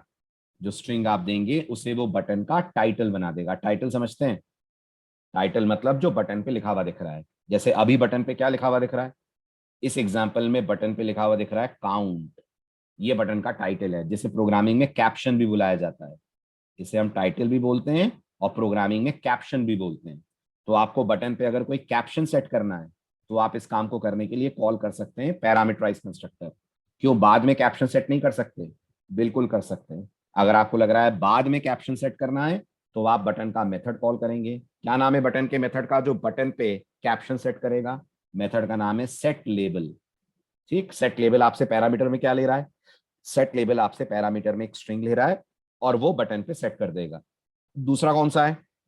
दूसरा है गेट लेबल। गेट लेबल क्या करता है? गेट लेबल बटन पे जो कैप्शन है वो आपको रिटर्न करता है। और जो तीसरा मेथड है उसके बारे में बातचीत आपसे करूंगा मैं, या तो आज लेक्चर के लास्ट पार्ट में, नहीं तो अगले लेक्चर में। बस उसको देख लीजिए, अभी हम उसके बारे में कोई बात नहीं कर रहे हैं। सुन रहे हैं आप ध्यान से मेरी बात? जो तीसरा वाला मेथड दिख रहा है उसके बारे में बात मैं आपसे करूंगा इवेंट हैंडलिंग शुरू करते वक्त। और इवेंट हैंडलिंग की शुरुआत अगर आज हो गई तो आज ही बात हो जाएगी, और आज नहीं तो वेंसडे तो जरूर हो जाएगी। ठीक है, तो भाई तीसरे वाले में ज्यादा परेशान मत होइएगा। ये तीसरा वाला सर क्या है, ये तीसरा वाला क्या है, ये पता चलेगा इवेंट हैंडलिंग टॉपिक में। चलिए अब आगे बढ़ते हैं। अब बात करते हैं हमको अगर बटन ऐड करना है फ्रेम पे तो हम कैसे ऐड करेंगे। सबसे पहले बताइए, बटन का ऑब्जेक्ट बनाना पड़ेगा? जी हाँ, सबसे पहला काम होगा आपको बटन का ऑब्जेक्ट बनाना पड़ेगा। ठीक है, तो बटन का ऑब्जेक्ट बन जाएगा button b equal to new button बोलकर। ऐसे बन जाएगा button b equal to new button. जी बिल्कुल बन जाएगा button b equal to new button से। और यहाँ हम लोग कुछ टेक्स्ट डाल देंगे। यस, हम लोग यहाँ कुछ टेक्स्ट डाल देंगे। जैसे हम चाहते हैं हम एक बटन दें जिसको क्लिक करने पर फ्रेम बंद हो जाए। अभी नहीं हो रहा है ना फ्रेम बंद, अभी आपको नेटबीन से बंद करना पड़ रहा है। मैं चाह रहा हूं हमारे बटन के क्लिक करने पर फ्रेम बंद हो, तो हम इस पे क्विट लिख सकते हैं कैप्शन में। यस, हम इस बटन का टाइटल दे सकते हैं क्विट या क्लोज, जो भी हमें देना है। ठीक है, अब ऐसा करने से क्या बटन फ्रेम पे दिख जाएगा? नहीं, ऐसा करने से बटन मेमोरी में क्रिएट होगा, आपको फ्रेम पे बटन नहीं दिखेगा। अगर आपको फ्रेम पे बटन लाना है तो आपको बटन को फ्रेम पे ऐड करना पड़ेगा। यस, आपको बटन को फ्रेम पे ऐड करना पड़ेगा। लेकिन इससे पहले कि आप इस बटन को फ्रेम पे ऐड करें, फ्रेम पे के माई फ्रेम पे? माई फ्रेम पे। अब फ्रेम नहीं रह गया ना, अब तो माई फ्रेम हो जाएगा ना। तो इससे पहले कि आप बटन को माई फ्रेम पे ऐड करें, जावा में आपको एक और इंपॉर्टेंट काम करना पड़ता है। क्या है वो इंपॉर्टेंट काम? उस इंपॉर्टेंट काम का मतलब है लेआउटिंग करनी पड़ती है। अच्छा, क्या होता है लेआउटिंग वर्ड का मतलब? तो ध्यान से सुनिएगा, जीयूआई की दुनिया में लेआउटिंग शब्द दो चीजों को इंडिकेट करता है। जीयूआई की दुनिया में लेआउटिंग शब्द दो चीजों को इंडिकेट करता है। राइट, कौन कौन सी दो चीजें? नंबर वन, जब आपसे कोई कहता है लेआउटिंग करो तो इसका मतलब है आप कंपोनेंट्स की पोजीशन सेट कर सकते हैं वाया लेआउटिंग। नंबर टू, आप कंपोनेंट्स की साइज सेट कर सकते हैं। और वैसे भी आप थोड़ा सा कॉमन सेंस लगाइए, ये जो मैं बटन क्लास का ऑब्जेक्ट बना रहा हूं, क्या इसमें कहीं भी मैंने जावा को ये बताया है बटन कितना बड़ा बनना चाहिए, बटन की विड्थ हाइट क्या होनी चाहिए? नहीं बताया है ना। क्या कहीं भी मैंने जावा को ये बताया है कि मेरे फ्रेम या माय फ्रेम पे बटन कहाँ आना चाहिए? नहीं बताया है ना। बताना पड़ेगा, जी बताना पड़ेगा। और इस बताने को जावा में बोलते हैं, क्या करना पड़ेगा? करना पड़ेगा आपको layout. Right, so what is the meaning of the word layout? Layout का मतलब है how Java should arrange the components inside the container. I repeat my words. What is the meaning of the word layout? Layout means how Java should arrange the components inside a container. What should be their size? What should be their position? All these things are decided using a technique, and that technique is called as layouting or layout. आया समझ? ठीक है, अब जावा में layouting करने के दो तरीके हैं। कितने तरीके हैं लेआउटिंग करने के? दो तरीके। राइट, पहला तरीका है लेट जावा डिसाइड। पहला तरीका है आप जावा को बोलें तुम डिसाइड करो। क्या डिसाइड करो? तुम डिसाइड करो साइज, तुम डिसाइड करो पोजीशन। तो जावा अपनी मर्जी से डिसाइड करेगी। और दूसरा तरीका है लेआउटिंग हम और आप करें। आप मानते हैं ज्यादा बेटर दूसरा है, क्योंकि आपका ज्यादा कंट्रोल रहेगा उस पर, राइट। तो जो हम प्रोजेक्ट में करेंगे वो प्रोग्रामर के थ्रू डिसाइड करवाएंगे, बट अभी के लिए हम जावा को डिसाइड करने देते हैं, क्योंकि अभी मेरा मेन एम कंपोनेंट की लेआउटिंग सिखाना नहीं है आपको। क्योंकि याद कीजिए, मैं बार बार कह रहा हूं, हम जीयूआई ड्रैग एंड ड्रॉप से बनाएंगे। यस, तो जब हम जीयूआई ड्रैग एंड ड्रॉप से बनाएंगे तो लेआउटिंग हमारे लिए आसान होगी, बहुत आसान होगी। जहां उठाकर रख दिया हमने बटन, बटन वहीं आएगा। लेकिन हमें अभी फोकस इवेंट हैंडलिंग पे करना है। तो अभी मैं प्रोग्रामर की तरफ से लेआउटिंग ना करके जावा को लेआउटिंग करने का कॉन्ट्रैक्ट दे रहा हूं। जावा को लेआउटिंग करने का कॉन्ट्रैक्ट दे रहा हूं। मैं जावा को बोल रहा हूं तुम लेआउटिंग करो, मैं तुम्हें बटन दूंगा, तुम अपने मन से बटन को फ्रेम पे सेट करना। अब जावा ऑब्जेक्ट ओरिएंटेड लैंग्वेज है, of course Java object oriented language है, तो हर काम के लिए जावा के पास क्लास होगी। यस, हर काम के लिए जावा के पास क्लास है। तो लेआउटिंग करने की भी जावा के पास क्लास होगी। यस, लेआउटिंग करने की भी जावा के पास क्लास है, और इस क्लास का नाम है जावा में फ्लो लेआउट। क्या नाम है बोलिए तो? इस क्लास का नाम है जावा में फ्लो लेआउट। लिखिए चैट विंडो में, फ्लो लेआउट। वेरी गुड, ये क्लास है जी, ये जावा में एक क्लास का नाम है।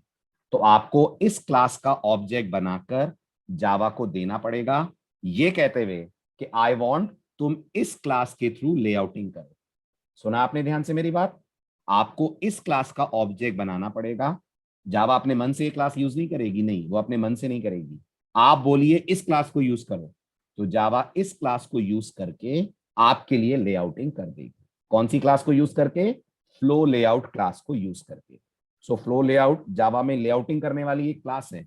यस, फ्लो लेआउट जावा में लेआउटिंग करने वाली एक क्लास है, राइट। जैसे आप में से अगर कुछ लोग ऑफलाइन क्लासेस में आते हैं हमारे यहाँ, या आए होंगे, तो जब आप ऑफलाइन क्लासरूम में एंटर करते हैं तो वहां एससीए के एम्प्लॉइज खड़े रहते हैं, जो आपको सिटिंग इंस्ट्रक्शंस देते हैं, आप यहाँ बैठिए, आप 2 सीट छोड़कर बैठिए, और अब तो कुछ ज्यादा ही देंगे, है ना। अब तो सोशल डिस्टेंसिंग भी मेंटेन करनी होगी, तो वो आपको बोलेंगे इतना दूर बैठिए। तो वो जो एम्प्लॉइज हैं, वो जावा की दुनिया में क्या हो गए? वो जावा की दुनिया में ये क्लास हो गई जिसका नाम है फ्लो लेआउट। ये क्लास तय करेगी कि एक बटन आएगा तो कहाँ आएगा, दूसरा बटन आएगा तो कहाँ रखा जाएगा, तीसरा बटन आएगा तो कहाँ रखा जाएगा। वो ये क्लास डिसाइड करने का काम करती है, ठीक है। अब इस क्लास की प्रिंसिपल्स बहुत सिंपल हैं। फ्लो लेआउट बड़ी सीधी सादी क्लास है, बहुत सिंपल प्रिंसिपल है इस क्लास का। ये क्लास कहती है कि जब आप मुझे पहला एलिमेंट देंगे फ्रेम पे ऐड करने को, जब आप मुझे पहला एलिमेंट देंगे फ्रेम पे ऐड करने को, तो ये क्लास कहती है ये उसे ऐड करेगी फ्रेम की फर्स्ट रो के सेंटर पे। ध्यान दिया आपने? कहाँ ऐड करेगी पहला बटन? पहला बटन ऐड करेगी फर्स्ट रो के सेंटर पे, बिल्कुल यहां पर ऐड करेगी, राइट। अगर आपको लगता है सर मैं एक और बटन दूं, तो अगर आप एक और बटन देंगे तो ये वाला थोड़ा सा लेफ्ट की तरफ खिसकेगा, और यहाँ राइट पे एक और बटन आएगा। फिर एक और बटन दूं, तो अगर एक और देंगे ये और लेफ्ट की तरफ खिसकेगा, और राइट में आपका एक तीसरा बटन आएगा। ऐसे करते करते एक स्थिति आएगी कि रो भर जाए, ऐसे करते करते एक स्थिति आएगी, एक सिचुएशन आएगी कि ये रो पूरी भर जाए, तो फिर ये बटन को पहुंचा देगी नेक्स्ट रो पे। मतलब ये हॉरिजॉन्टली चलती है, लेफ्ट टू राइट। यस, ये लेफ्ट टू राइट ऑर्डर में कंपोनेंट्स को अरेंज करती है। अगर आपको लगता है सर मुझे ऐसे नहीं चाहिए, मुझे तो वर्टिकल चाहिए, डायगोनल चाहिए, नीचे चाहिए, ऊपर चाहिए, राइट चाहिए, लेफ्ट चाहिए, तो मैं आपको बता चुका हूं लेआउटिंग फिर कौन करेगा? लेआउटिंग फिर आप कीजिए। अभी लेआउटिंग करने का कॉन्ट्रैक्ट आपने किसको दिया है? अभी लेआउटिंग करने का कॉन्ट्रैक्ट आपने फ्लो लेआउट को दिया है। तो फ्लो लेआउट आपकी बात नहीं मानती? नहीं, फ्लो लेआउट आपकी बात नहीं मानती, वो अपने तरीके से लेआउटिंग करती है। और उसका तरीका क्या है? उसका तरीका है लेफ्ट टू राइट ऑर्डर में कंपोनेंट्स को रखते जाओ। हाँ, लेकिन जब पहला ऐड करो तो एक्सट्रीम लेफ्ट पे मत करो, जब पहला ऐड करो तो कहां ऐड करो? फर्स्ट रो के सेंटर पे ऐड करो। फिर दूसरे को उसके राइट पे ऐड करो, तीसरे को उसके राइट पे ऐड करो, and like this the class flow layout performs its task. Are you getting my words? बात समझ आ रही है? ठीक है, नोट्स में सब कुछ लिखा है, आप आराम से पढ़ना, मैं आपको बस एक डायग्राम दिखा देता हूं। ये है फ्लो लेआउट का काम करने का तरीका। समझ आ रहा है? ये जिस तरह से कंपोनेंट्स अरेंज हो रहे हैं, आर यू गेटिंग दैट? एक के बाद एक के बाद एक, ये आपस में कनेक्टेड है क्या बटन? नहीं, ये कनेक्टेड वगैरह नहीं है। ये मत सोचिएगा ये बटन का आपस में कोई लिंक लिस्ट बन रही है क्या, ये कोई लिंक लिस्ट भी नहीं बन रही है। ये सिर्फ ये दिखाया जा रहा है कि इस ऑर्डर में बटन्स चल रहे हैं। ठीक है, ये एरो बता रहा है ये लेफ्ट टू राइट ऑर्डर में ऐड हो रहे हैं। तो जब पहली रो भर जाएगी अगला बटन फिर सेकेंड रो के लेफ्ट में आएगा। यस, जब पहली रो भर जाएगी तो अगला बटन सेकेंड रो के लेफ्ट में आएगा एंड सो ऑन। तो गेस करिए कैलकुलेटर में बहुत अच्छा रहेगा ये लेआउट। अगर आप कैलकुलेटर बनाते हैं जावा में तो यस, आपको ज्यादा मेहनत नहीं करनी है, कैलकुलेटर के बटन ऐसे ही तो दिखते हैं। तो कैलकुलेटर जैसी चीजों में ये लेआउट आपके काफी काम आ सकता है। चले आगे, आ जाए अब कोड पे। राइट, अब आ जाते हैं अपन कोड पे। अब अपन सारी जरूरी चीजें पढ़ ली। अब लिखते हैं अपन अपनी अगली एप्लीकेशन जिसमें हम बटन फ्रेम पे ऐड करेंगे। क्या क्रिएट कर रहे हैं? We are going to create example 5। ठीक है, अब मुझे अपनी माई फ्रेम क्लास का नाम चेंज करना पड़ेगा, याद रखिएगा, क्योंकि एक ही पैकेज में दो क्लासेस माई फ्रेम के नाम से नहीं हो सकती। मानते हैं? तो अब मैं अपनी क्लास का नाम माई फ्रेम 2 दे रहा हूं। कोड यही रहेगा, बस क्लास का नाम रखना पड़ेगा मुझे माई फ्रेम 2। ठीक है, तो ये हो गया हमारा पब्लिक स्टैटिक वॉइड में। ठीक, ये कमेंट्स को मैं हटा रहा हूं, इसको भी मैं हटा रहा हूं, इस पूरे को भी मैंने हटाया। अब इस पूरी क्लास को मैं कॉपी पेस्ट करता हूं, बट जैसा मैंने आपसे कहा मैं यहाँ पेस्ट करूंगा और नेटबीन्स देगा एरर। आ रहा है ना समझ? नेटबीन्स क्यों एरर देगा? क्योंकि ऑलरेडी एक माई फ्रेम नाम की क्लास अवेलेबल है। तो बोलेगा दो माई फ्रेम कैसे रह सकती हैं एक ही पैकेज में? तो या तो मैं इस पैकेज को बदलूं in.sclive.gui, और या फिर मैं इसका नाम माई फ्रेम 2 कर सकता हूं। यस, और इस कंस्ट्रक्टर का नाम भी माई फ्रेम 2 कर देता हूं। अब चल जाएगा? यस, है ना? ऐसा मैं इसलिए कर रहा हूं क्योंकि सब एक ही पैकेज में जा रहे हैं, प्रोजेक्ट में तो ऐसी दिक्कत होगी नहीं। ठीक, तो माई फ्रेम 2 एक्सटेंड्स फ्रेम। बाकी सारा कोड आपका सेम रहेगा। यहाँ अभी भी आप ऑब्जेक्ट बनाएंगे, इस बार किसका? इस बार माई फ्रेम 2 का ऑब्जेक्ट बनेगा। So my frame 2 mf2 is equals to new my frame 2। इतना क्लियर? और यहां से आप पास कर देंगे, फिलहाल के लिए मान लीजिए हम टाइटल डायरेक्ट ही पास कर रहा हूं मैं, सचिन फ्रेम। डेट वगैरह यूज नहीं कर रहा हूं, तो मैंने डायरेक्टली पास कर दिया सचिन फ्रेम। अब अगर मैं इस कोड को रन करूं तो बटन वटन कहीं दिखेगा? नहीं, बटन कहीं नहीं दिखेगा, खाली फ्रेम दिखेगा। ओके, अब मुझे बटन ऐड करना है। कितनी बार ऐड करना है बटन? एक बार, बार बार? एक बार ऐड करना है, बार बार ऐड करना है? एक बार ऐड करना है। तो मतलब इंफ्रास्ट्रक्चर कोड हुआ। जो आपको जीयूआई डेकोरेशन में एक बार करना है वो इंफ्रास्ट्रक्चर है। तो यही लिखना चाहिए अपन को कंस्ट्रक्टर में। यस, अपन को कंस्ट्रक्टर में लिखना चाहिए। सुपर के बाद? हाँ जी, सुपर वाली लाइन के बाद। ठीक है, अब यहां आकर हम लिखते हैं अगला statement, button b is equal to new button. Button बन जाएगा इस लाइन से, button b equal to new button से। Yes, button b equal to new button से बटन बन जाएगा। बट आप थोड़ा सा दिमाग लगाइए, मैं बटन को कंस्ट्रक्टर के अंदर बना रहा हूं, हाँ या ना? यस, मैं इस बटन को कंस्ट्रक्टर के अंदर बना रहा हूं। तो अगर माई फ्रेम 2 के अंदर मैं कोई और मेथड बनाता हूं, मान लीजिए माई फ्रेम 2 के अंदर मैं कोई और मेथड बनाता हूं, तो क्या उसको ये बटन मिलेगा?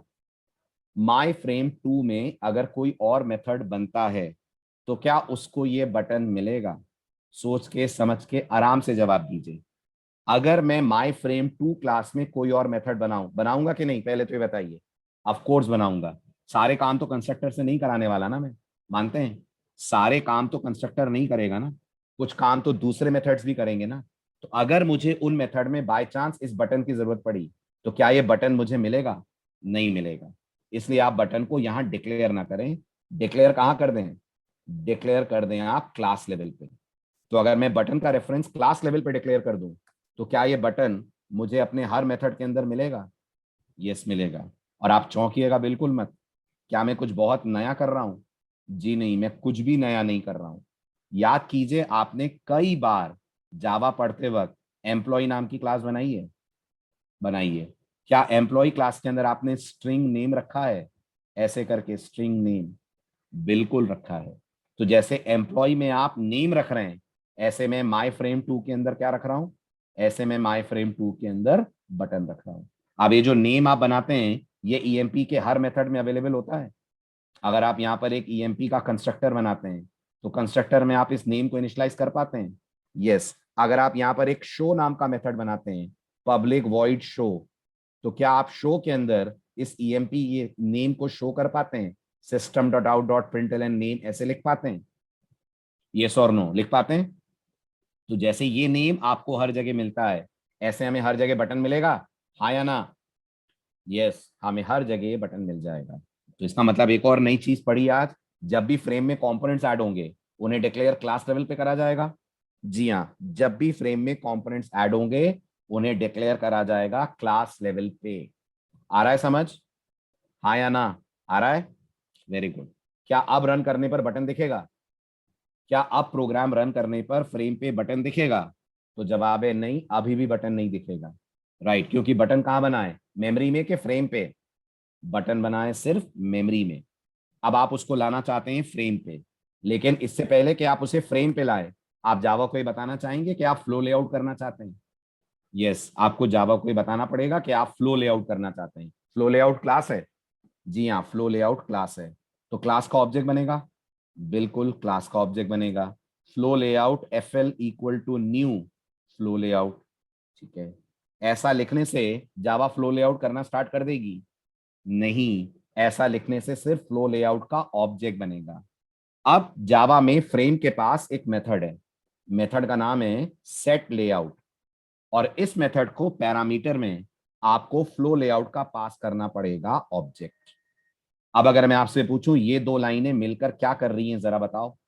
ये जो दो लाइनों का कोड तुमने लिखा है, बिल्कुल बिल्कुल, यहां भी एनोनिमस यूज कर सकते हैं रुद्रेश, बिल्कुल सही आपने रिकॉग्नाइज करा, वेरी गुड। ठीक है, अब समझिए, अगर मैं पूछूं ये दो लाइनें मिलकर क्या कर रही हैं, तो आप मुझे क्या एक्सप्लेनेशन देंगे, बोलो जल्दी। ये दो लाइनें मिलकर जावा में क्या कर रही हैं?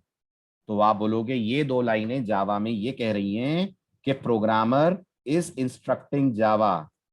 प्रोग्रामर जावा को ऑर्डर दे रहा है। Yes, programmer is instructing Java to use flow layout while adding components on the frame. जब हम इस फ्रेम पे कोई भी कंपोनेंट ऐड करें तो जावा कौन सी लेआउटिंग यूज करे? प्रोग्रामर क्या चाहता है? प्रोग्रामर चाहता है जावा यूज करे फ्लो लेआउटिंग। ये दो लाइनें ये करने को कह रही हैं जावा से। अभी कंपोनेंट ऐड हो गया कि नहीं हुआ? अभी कंपोनेंट ऐड नहीं हुआ है, लेकिन आपने अभी मैनेजर अपॉइंट कर दिया है। कौन सा मैनेजर? Layout manager. क्या नाम है आपके लेआउट मैनेजर का? आपके लेआउट मैनेजर का नाम है फ्लो लेआउट। तो वो अपनी पॉलिसी लगाना शुरू करेगा। यस, वो अपनी पॉलिसी लगाना शुरू करेगा जैसे जैसे आप कंपोनेंट्स को करते जाएंगे ऐड। हटा दूं ये पूरा टेक्स्ट, डिलीट कर दूं ये टेक्स्ट? राइट, अब बात करते हैं ऐड कैसे करेंगे। तो ऐड कैसे करेंगे इसका जवाब आपको मैंने 2 लेक्चर पहले दिया था, समझाया नहीं था, जवाब जरूर दे दिया था। तो अगर आपको याद हो तो फ्रेम के अंदर आपको मैंने कुछ मेथड्स बताए थे। उनमें से गौर करिए, सेकंड लास्ट मेथड और third last method, sorry, last और सेकंड लास्ट दोनों नजर आ रहे हैं। और मैंने आपसे कहा था इनको हम बाद में पढ़ेंगे। अब वो सही समय है जब हम इनको डिस्कस कर रहे हैं, और आई होप आपको समझ आ रहा होगा। ये वाले सारे कवर हो गए ना, यहां से लेकर सेट बैकग्राउंड तक। यस, ये सब हमने कवर कर लिए। अब बचे थे ये दो, इनमें से एक का नाम है ऐड। नाम से ही समझ में आ रहा होगा, ऐड क्या करता है? ऐड ऐड करता है। क्या ऐड करता है? कंपोनेंट को ऐड करता है। किसके अंदर ऐड करता है? फ्रेम के अंदर ऐड करता है। तो जैसे ही आप ऐड कॉल करेंगे, ऐड को आप बटन पास कर सकते हैं। यस, ऐड को आप बटन पास कर सकते हैं, बट मुझे समझ में नहीं आ रहा, इसकी तो आर्गुमेंट टाइप कंपोनेंट है ना। अगर इसकी आर्गुमेंट कंपोनेंट है तो यहाँ बटन कैसे चला जाएगा? अगर इसकी आर्गुमेंट टाइप कंपोनेंट है तो यहाँ बटन कैसे चला जाएगा? वेरी गुड, इसलिए चला जाएगा क्योंकि बटन भी एक कंपोनेंट है। ये किसने सिखाया? ये सिखाया जावा में इनहेरिटेंस ने। इनहेरिटेंस ने ये पढ़ाया कि जहां पेरेंट क्लास चाहिए वहां चाइल्ड का ऑब्जेक्ट जा सकता है। यस, जहां पेरेंट क्लास चाहिए वहां चाइल्ड का ऑब्जेक्ट जा सकता है। तो यहां पर हम बटन की जगह टेक्स्ट फील्ड भी भेज सकते थे। जी, टेक्स्ट फील्ड भी भेज सकते थे, लेबल भी भेज सकते थे, कोई भी ऐसी क्लास भेज सकते थे जो कंपोनेंट की डिराइव हो। स्ट्रिंग भी भेज सकते हैं? नहीं, स्ट्रिंग नहीं भेज सकते हैं, स्ट्रिंग कंपोनेंट की डिराइव नहीं है। कलर भी भेज सकते हैं? नहीं, कलर भी कंपोनेंट की डिराइव नहीं है। या उन्हीं को भेज सकते हैं जिन्होंने क्या कर रखा हो, जिन्होंने कंपोनेंट को कर रखा हो इनहेरिट। और ये वही क्लासेस होंगी जिन्हें आप देख चुके हैं। यस, ये वही क्लासेस होंगी जो आप इनहेरिटेंस चार्ट में देख चुके हैं। समझ आया? दोनों मेथड समझ में आए? राइट, तो अब मुझे क्या कॉल करना चाहिए? अब मुझे कॉल करना चाहिए यहाँ पर ऐड। अच्छा, एक और बात, हम ऐड हर कंपोनेंट के लिए एक बार कॉल करेंगे।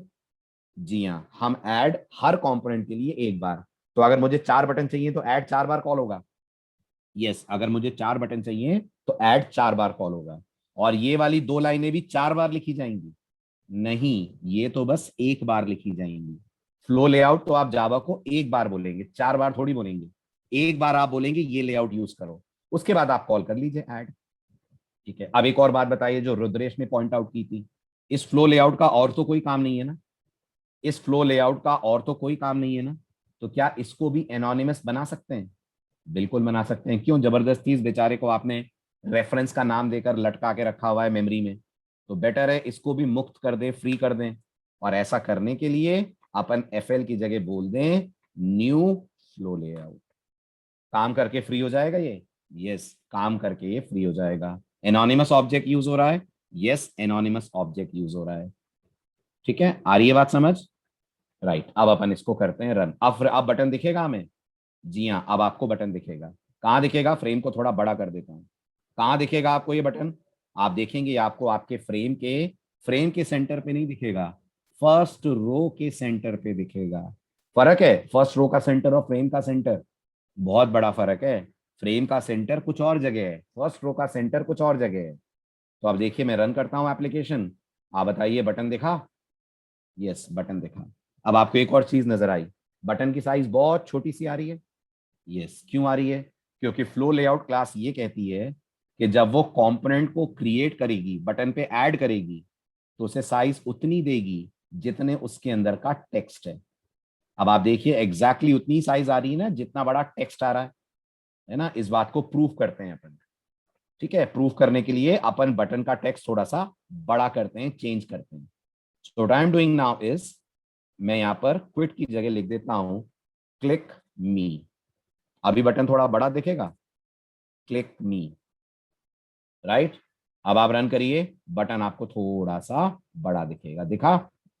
ठीक, अब अगर आपको लगता है बट सर मुझे बटन इतना बड़ा चाहिए और इसके अंदर लिखा हुआ चाहिए क्लिक मी, तो मैं फिर याद दिला दूं, लेआउटिंग कौन करेगा? फिर लेआउटिंग करेंगे आप तय करेंगे बटन की साइज, जो हम आगे सीखेंगे।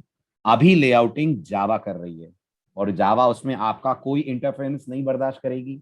नहीं, जावा आपसे कोई इंटरफेरेंस नहीं चाहेगी। अगर फ्लो लेआउट को आपने कॉन्ट्रैक्ट दिया है तो दोनों काम फ्लो लेआउट के हैं। कौन से दोनों काम? बटन की जगह और बटन की साइज। साइज कितनी होगी? साइज होगी टेक्स्ट के अनुसार, और जगह क्या होगी? जगह होगी बाय डिफॉल्ट फर्स्ट रो के सेंटर पे। समझ आ रहा है सबको? क्लियर हुआ? अब मैं एक बटन और ऐड करके आपको दिखाता हूं।